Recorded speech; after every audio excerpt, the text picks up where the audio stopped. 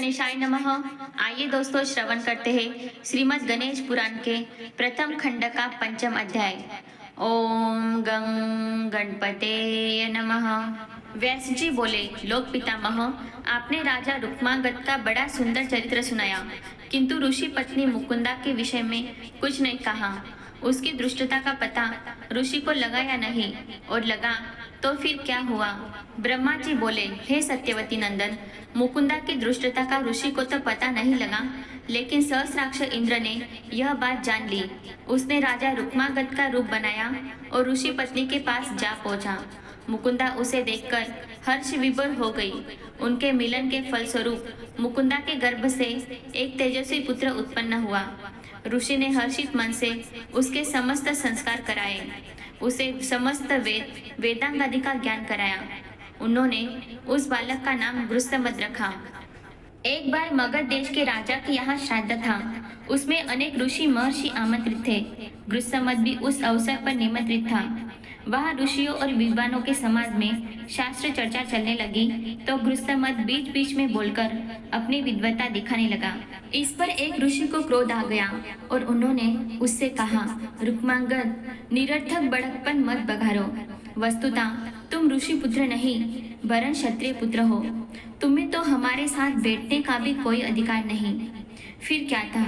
गृत्समद तुरंत उठकर अपनी माता के पास गया और पूछने लगा, माता, मैं किसका पुत्र हूँ? मुकुंदा ने कहा, पुत्र अपने पिता का ही होता है, इसमें शंका कैसी? किंतु इस उत्तर से वह संतुष्ट न हुआ और उग्र रूप धारण कर बोला, उल्टे, तेरा पाप खुल गया है, मुझे सत्य बता, अन्यथा ठीक नहीं होगा। मुकुंदा उसके उग्र रूप से भयभीत हो गई और उसने सत्य बात बता दी कि वह रुक्मांगद का पुत्र है।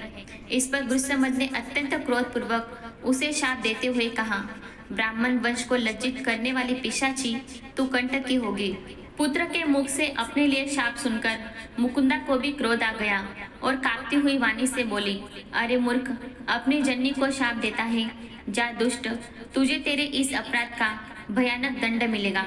तुझे अत्यंत भयंकर महाबली पुत्र की प्राप्ति होगी, जिसके घोर अत्याचारों से समस्त संसार शुद्ध हो जाएगा। गृत्समद जानते थे कि माता का शाप निष्फल नहीं होगा, अतः वे घर से निकलकर पुष्पक वन में चले गए। मार्ग में उन्होंने आकाशवाणी सुनी कि तुम राजा रुक्मांगद के नहीं, इंद्र के पुत्र हो।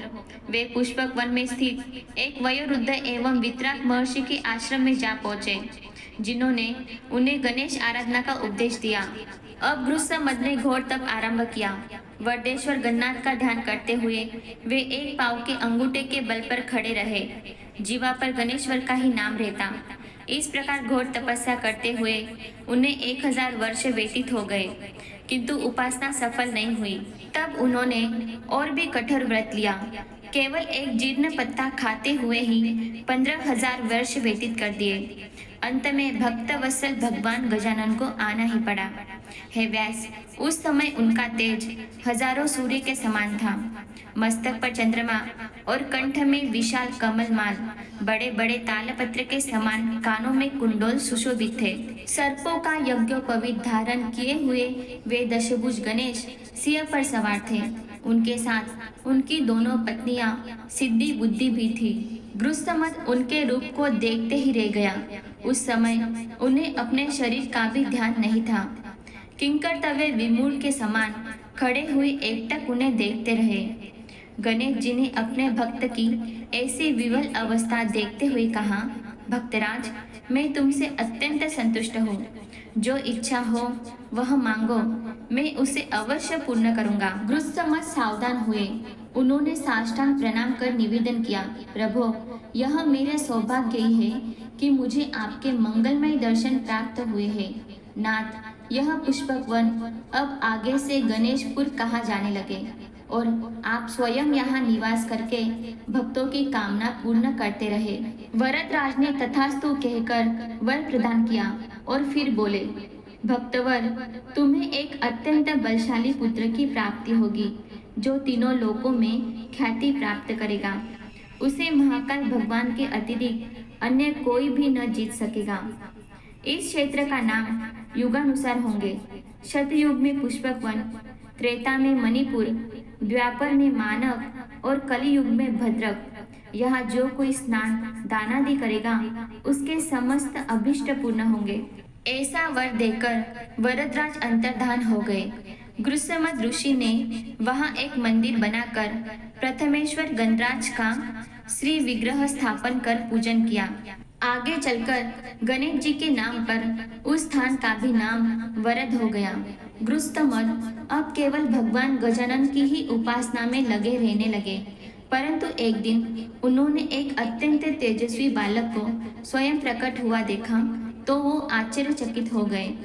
वह बालक उनसे नम्र वाणी में बोला, मैं आपकी छिक से उत्पन्न हुआ आपका पुत्र हूँ। जब तक मैं अपने पैरों पर खड़ा नहीं होता तब तक आप मेरा पालन कीजिए, फिर तो मैं स्वयं ही पौरुष से सब देवताओं और तीनों लोकों को जीत लूंगा। उसकी बात सुनकर गुरुसमद कुछ करे उन्हें माता का वचन याद आ गया, परंतु करते भी तो क्या। उन्होंने बालक से कहा, पुत्र तुम गणेश जी की उपासना करो। यह कहकर उन्होंने उसे गणेश जी का मंत्र देकर उपासना विधि भी बतलाई। बालक वहां से चला गया। उसने एकांत में वन में जाकर वरदराज की आराधना आरंभ की। वह भी एक पांव के अंगूठे पर खड़ा रहकर तपस्या करता रहा। उसे भी पिता के समान निराहार रहकर घोर तप करते हुए 15,000 वर्ष व्यतीत हो गए। भगवान गणाधीश्वर प्रसन्न हो गए। उन्होंने एक भयानक शब्द के साथ उसको दर्शन दिया। मुनि कुमार ने देखा कि वरदराज साक्षात खड़े हैं तो वह उनके चरणों में गिर गया। गणेश जी ने हर्षपूर्वक कहा, उठो भक्त श्रेष्ठ, मैं तुम पर प्रसन्न हुआ हूँ, अपना इच्छित वर मांग लो मुझसे। मुनि कुमार ने हाथ जोड़कर निवेदन किया, प्रभु मैं आपके असीम तेज से अत्यंत विस्मित और भयभीत हूँ। कृपा कीजिए प्रभु, मेरी इच्छा पूर्ण कर दीजिए नाथ। मैं बालक हूँ, स्तुति किस प्रकार की जाती है इसका ज्ञान नहीं। यदि आप प्रसन्न हैं तो मुझे त्रिलोक्य विजय का वर प्रदान कीजिए। देव दानव मनुष्य राक्षस गंधर्व किन्नर तथा सर्पादि सभी मेरे वश में हो जाए। इंद्रादि सभी लोकपाल सदैव मेरी सेवा करे। इस जीवन में सभी सुखों को भोग कर अतः मैं मोक्ष की प्राप्ति करूं। भगवान गणपति बोले, वत्स तुम सदैव भय रहित और तीनों लोगों के विजेता होंगे। मैं तुम्हें लोहे चांदी और सोने के 3 नगर प्रदान करता हूँ। इन्हें भगवान शंकर के अतिरिक्त कोई भी नहीं तोड़ सकेगा। यह तीनों पुर शिव जी के एक ही बाण में टूट जाएंगे। इन तीनों पुरों के स्वामी होने के कारण तुम्हारा नाम त्रिपुर हो गया। वर प्रदान कर गणेश जी अंतर्हित हो गए। त्रिपुरासुर ने उनकी मूर्ति स्थापित की और उनका षोडशोपचार से पूजन किया। उसके पश्चात वह त्रैलोक्य विजय के लिए चल पड़ा। धरती स्वर्ग पाताल सभी पर उसका अधिकार हो गया। देवताओं सहित इंद्र हार गए। उसके भय से देव समुदाय वन पर्वत आदि गुफाओं में छिपता फिरा। चतुर्भुज ब्रह्मा नाभि कमल में प्रविष्ट हो गए। भगवान विष्णु भी क्षीर सागर में जा छिपे। शौनक जी त्रिपुरासुर प्रचंड हो उठा। उसके 2 पुत्र हुए जिनके नाम चंड और प्रचंड थे। उसने चंड को बैकुंठ का और प्रचंड को ब्रह्मलोक का अधिकारी बना दिया। त्रिपुरासुर को इतने से भी शांति नहीं मिली। उसकी अधिकारी लिप्सा इतनी बढ़ गई कि कैलाश पर जा पहुंचा। शिवजी को उसे प्राप्त वरदान और शक्ति का ज्ञान था। वे अविलंब उनके सामने पहुंचकर बोले, वत्स मैं तुमसे संतुष्ट हूँ, तुम जो चाहे वह मांग लो। त्रिपुरासुर बोले, भोले बाबा यदि आप मुझ पर प्रसन्न हो तो कैलाश छोड़कर मंदराचल पर चले जाए। शिवजी समझ गए कि कैलाश छोड़े बिना काम नहीं चलेगा, इसलिए तुरंत ही मंदिरगिरी को प्रस्थान कर गए।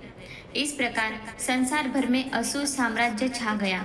गिरी कंदराओं में छिपे हुए इंद्र सहित सब देवता अत्यंत दुखित थे। उनकी समझ में नहीं आता था कि असुर पर विजय कैसे प्राप्त हो। उसी अवसर पर देवर्षि नारद वहां आ पहुंचे। देवताओं ने मुनि का बड़ा स्वागत सत्कार किया और विनय पूर्वक बोले, ऋषिराज इस दैत्य से किस प्रकार छुटकारा प्राप्त हो, इसका कुछ उपाय निश्चित कीजिए। नारद जी बोले, देवगण भगवान विनायक के वरदान से ही त्रिपुरासुर इतना प्रचंड हुआ है। यदि तुम उन्हीं भगवान को प्रसन्न करो तो असुर का विनाश हो सकता है। यह कहकर नारद जी चले गए। देवताओं ने गणेश जी की आराधना आरंभ की उनकी मंत्र मूर्ति का षोडशोपचार से पूजन किया, जिससे प्रसन्न होकर वरदराज गणेश जी प्रकट हो गए। उनको सामने देखकर देवगण गदगद कंठ से प्रार्थना करने लगे। नमो नमस्ते परमार्थ रूप नमो नमस्ते खिल कारणय नमो नमस्ते खिल कारकाय सर्वे नियाम धिवासिने डपि नमो नमो भक्त मनोरथेशयाय नमो नमः विश्व विधान दक्ष नमो नमो दैत्य विनाशन हेतु नमो नमः संकट नाशकाय। हे परमार्थ स्वरूप आपको नमस्कार है। हे अखिल विश्व के कारण रूप आपको नमस्कार है। हे सबके कर्ता प्रभो, हे सभी इंद्रियों में निवास करने वाले गजानन आपको नमस्कार है। हे नाथ, आप भक्तों के मनोरथ पूर्ण करने वाले तथा विश्व के विधान में दक्ष है, आपको नमस्कार है। हे दैत्य को विनष्ट करने वाले हेतु रूप आपको नमस्कार है। हे सब संकटों को नष्ट करने वाले वरदराज आपको नमस्कार है। सूत जी बोले, हे शौनक, देवताओं की इस प्रकार प्रार्थना करने पर श्री गणेश जी ने प्रसन्न होकर कहा, देवताओं, मैं तुम्हारी स्तुति से अत्यंत प्रसन्न हूँ। तुम क्या चाहते हो? जो मांगोगे वही दूंगा। देवताओं ने हाथ जोड़कर निवेदन किया, वरदराज प्रभु, इसमें संदेह नहीं कि आप सब कुछ दे सकते हैं, परंतु शंका यह है कि आपके वर की प्रचंडता को प्राप्त हुई त्रिपुरासुर का दमन अब किस प्रकार से हो सकता है, क्योंकि आप अपने ही वचन को मिथ्या कैसे करेंगे। गणेश जी ने कहा, मैं तुम सबकी रक्षा करूंगा, त्रिपुरासुर तुम्हारा कुछ भी न बिगाड़ पाएगा। देवगण बोले, प्रभु, हम उसी के भय से मारे मारे फिर रहे हैं। हमारा राज्य छीन गया, यज्ञादि के न होने से आजीविका नष्ट हो गई। इस गिरी करंदा में भूखे प्यासे रहते हुए हम अत्यंत क्षणबल और हीन कार्य हो गए हैं। यहाँ भी हमें उस दुर्दांत दैत्य का सदा भय लगा रहता है। गणराज ने सांत्वना दी, यह सब समय का प्रभाव है देवताओं। जब तुम्हारा ऐश्वर्यशाली समय चला गया, तब यह संकट काल भी चला जाएगा। देखो, काल चक्र कभी रुकता नहीं, वह सदैव घूमता है। यद्यपि आज वह दैत्य दुर्दांत हो रहा है, फिर भी उसका पतन भी अवश्य संभावी है। देवताओं ने निवेदन किया, परंतु अब अपनी स्थिति से हम उब बैठे हैं प्रभु। आपने उसे इतनी शक्ति प्रदान की है, तो आप ही उसकी शक्ति का हरण भी कर सकते हैं। अतएव हम निराश्रयों को आश्रय प्रदान कीजिए प्रभु। हमें इस विपत्ति से शीघ्र छुड़ाइए दीनबंधो। यह कहकर देवगण उनके समक्ष दीन भाव से नतमस्तक हो गए। गणेश जी ने उनकी विपत्ति का अनुमान किया और बोले, देवगण, मेरा पूजन करते रहो। भक्ति भाव से की गई मेरी उपासना कभी निष्फल नहीं होती। यह कहकर गणेश जी अंतर्धान हो गए। देवता पुनः उनकी भक्ति पूर्वक उपासना करते रहे। उधर भगवान गणेश जी स्वयं ब्राह्मण का वेश रखकर त्रिपुरासुर के पास पहुंचे। उसने एक तेजस्वी ब्राह्मण का आगमन देखकर अर्धपादात्य से उनका सत्कार किया और फिर बोला, भगवान, आप कौन हैं? मैं आपकी क्या सेवा करूं? विप्र वेशधारी गणेश जी ने कहा, दैत्यराज, मेरा नाम कलाधर है। मुझे भगवान शंकर द्वारा पूजित उस गणेश प्रतिमा की अभिलाषा है जो कैलाश में विद्यमान है, उसे मुझे प्रदान कर दो। त्रिपुरासुर बोला, वह प्रतिमा अवश्य दूंगा। यह कहकर उन्होंने अपने अनुचरों को प्रतिमा लाने का आदेश दिया। किंतु जब भगवान शंकर कैलाश छोड़कर मंदराचल पर चले गए थे, तब उस प्रतिमा को भी साथ ले गए थे। अनुचरों ने लौटकर यह बात निवेदन की। त्रिपुरासुर ने वह प्रतिमा भगवान शंकर से लाकर देने को कहा और ब्राह्मण रूपधारी गणपति को अनेक रत्नाभूषण, मृगचर्म, सुरभि, गो, घोड़ा, हाथी, रथ आदि प्रदान किया। दैत्यराज का आदेश पाकर भगवान शंकर के पास दूत पहुँचे और उन्होंने उनसे गणेश प्रतिमा देने को कहा। शिवजी बोले, वह प्रतिमा नहीं मिल सकती। अपने स्वामी से जाकर कह देना कि भविष्य में वह ऐसा साहस ना करे। दूत बोला, प्रतिमा तो आपको देनी ही होगी। मेरे स्वामी का आदेश न मानने की किसमें शक्ति है? भलाई इसी में है कि प्रतिमा तुरंत दे दो। शिवजी कुपित हो गए, बोले, जाता है या नहीं? अधिक बकवास करेगा तो यही भस्म हो जाएगा। शिवजी को क्रोधित देखकर दूत अपने प्राण लेकर भागा और उसने त्रिपुरासुर के पास जाकर सब बात बताई। दैत्यराज ने आदेश दिया, मंदरगिरी पर आक्रमण करो और उस भगंडी को मार डालो। फिर क्या था, दैत्य की सेना ने एकत्र होकर कुछ कर दिया। उधर देवताओं को पता चला तो वे भी एकत्रित होकर भगवान शंकर की सहायतार्थ आ पहुंचे। इसके बाद घोर संग्राम छिड़ गया। देवसेना का संरक्षण भगवान शंकर स्वयं कर रहे थे, परंतु दैत्यों का बल बहुत बड़ा हुआ था। इसीलिए शिवजी की संरक्षणता प्राप्त होने पर भी देवगण उनके समक्ष न ठहर सके, वरन रण क्षेत्र छोड़कर इधर उधर भाग निकले। श्री गणेशाय नमः। श्री गणेश पुराण उपासना खंड अध्याय पंचम संपूर्ण। ओम गं गणपतेय नमः।